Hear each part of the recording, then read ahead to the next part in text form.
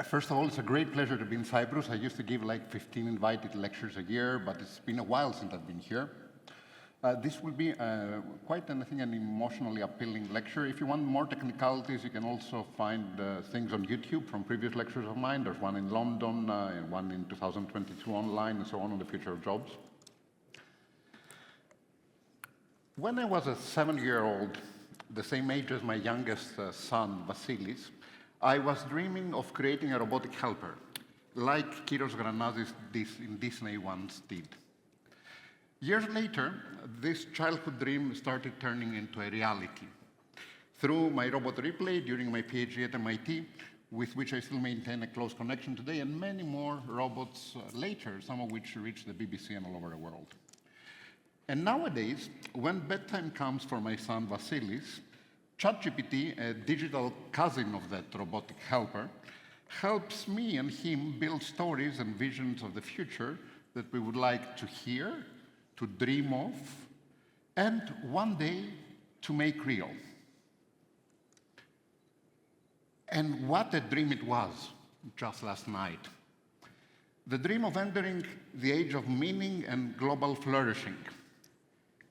An age where our planet will now have the unique opportunity to reach, if only we dispel the dark clouds that seem to be gathering. Imagine an age where work is voluntary, purpose-driven, and collaborative, where people engage in projects of meaning of their own choice, restoring ecosystems, advancing art, science, doing mentorship. An age where education becomes lifelong cultivation of wisdom, and teachers evolve into learning architects and mentor philosophers, advancing thinking, but also guiding creativity and ethics hand in hand. That is a world that I want for my children, and all the children of the world. Distinguished guests, dear colleagues, ladies and gentlemen, my name is Nikolaos Mavridis. My journey began in academia, reaching all the way to full professor and institute director, before expanding into consulting and corporate work, as well as several pro bono positions since then. Our topic today is building a future-ready workforce. And as I told you, I've spoken about this a number of times before. I will structure this talk around 3 words covering the why, the what, and the how: goals, skills, and means. First, the goal.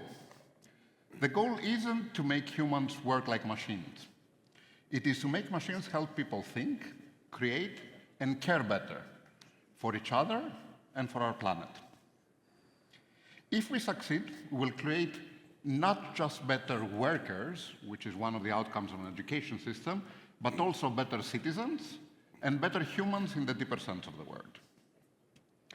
Second, the skills. The skills of the future are not just digital or analytical. They are moral, creative, and connective. And they depend very much on our ability to learn continuously, and just as importantly, to unlearn when the world changes around us. And third, the means. No one should be left behind. We must be fast and inclusive in preparing the citizens of the world, and for a good reason, as we shall see. Because if we can teach people to learn continuously, to work with machines without losing empathy, and to see technology as a means for shared prosperity, then we will not only build a future-ready workforce, but we will build a future-worthy civilization. And when I say no one should be left behind, I do not do so out of simplistic altruism. In order to avoid devastating increases in inequality, both within and across nations, we must educate people and also answer one central question. Will AI lead to worker augmentation and creation of new tasks, or to worker replacement? The decision is in our hands, and the preparation of our workforce through policy and through strong synergies between academia, business, and government is crucial to ensuring the first and not the second. And also through what Daron Acemoglu calls pro-worker AI, which I will talk about soon.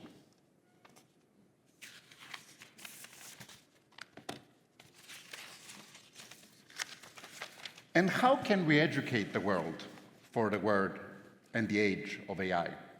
My alma mater, MIT, also using global partnerships, has shown a path forward. The MIT Day of AI has reached 1.5 million students worldwide. The Universal AI Initiative, led by Dimitris Bertsimas, aims to reach 1 billion learners, students, workers, managers, as well as disadvantaged groups alike. Courses are delivered through AI tutors and humans, structured on micro-credentials, and focused not only on AI itself, but on AI plus X. So they're tailored for each vertical, each profession, integrating both technical mastery as well as ethics. And beyond these course examples, one can create concrete policy action points towards AI education, as I have done here, and we can discuss about them later. And one can also create concrete policy action points towards pro-worker AI, as Daron Azemoglu from MIT has done, towards incentivizing companies to move in the direction of human augmentation instead of human replacement.